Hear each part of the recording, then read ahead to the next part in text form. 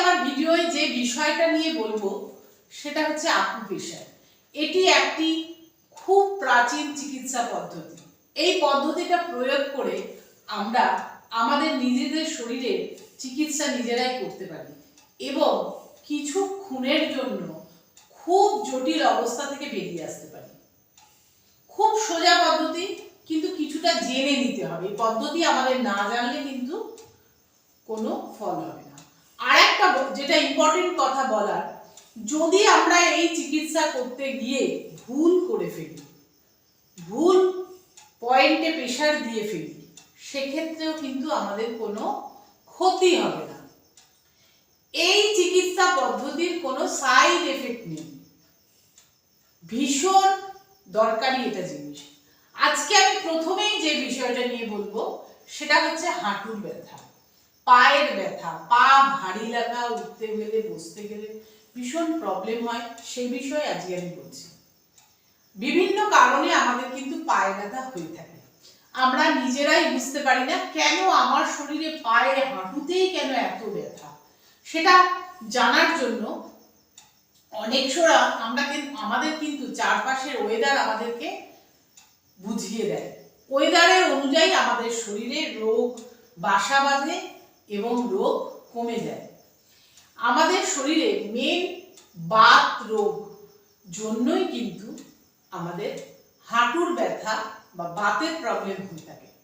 হাঁটুর ব্যথা বা বাতের প্রবলেম দূর করার জন্য প্রথমেই যেটা দরকার সেটা হচ্ছে শরীরকে যথেষ্ট পরিমাণ সময় দেওয়া, এক্সারসাইজ করা, শরীরের কেয়ার নেওয়া।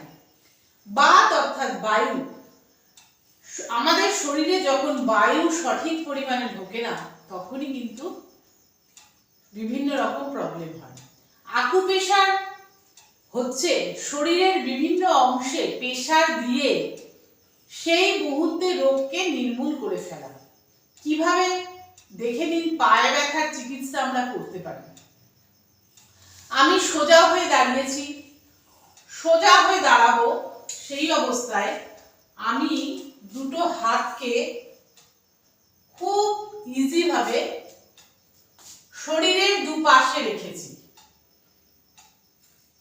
ঠিক আমাদের আঙুলের মধ্যমা যেখানে আমার পায়ে স্পর্শ করছে সেই কানটা কিন্তু একটি প্রেশার পয়েন্ট। সেই প্রেশার পয়েন্টে আমি প্রেশার দেব। পেনের খাপ দিয়ে দিতে পারি বা আকুপ্রেশারের এই যে কাঠি আছে সে তার সাহায্যে কিন্তু আমি এই প্রেশার পয়েন্টে প্রেশার দিয়ে করতে পারি। যাদের হাঁটুর প্রবলেম আছে, পায়ের প্রবলেম আছে, তারা কিন্তু এটাতে ফল পাবে। দ্বিতীয় যে পয়েন্টটা দেখাচ্ছি সেটা দেখে নিন। কাপ মাসেল, আমাদের যে কাপ মাসেল আছে তার উপরে এই যে টিপ দেওয়া পয়েন্টটা হচ্ছে দ্বিতীয় পয়েন্ট।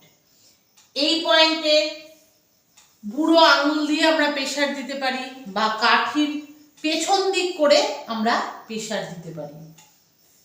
তৃতীয় যে পয়েন্টটা দেখাচ্ছি সেটা হচ্ছে পায়ে নিচের এই পয়েন্টটি।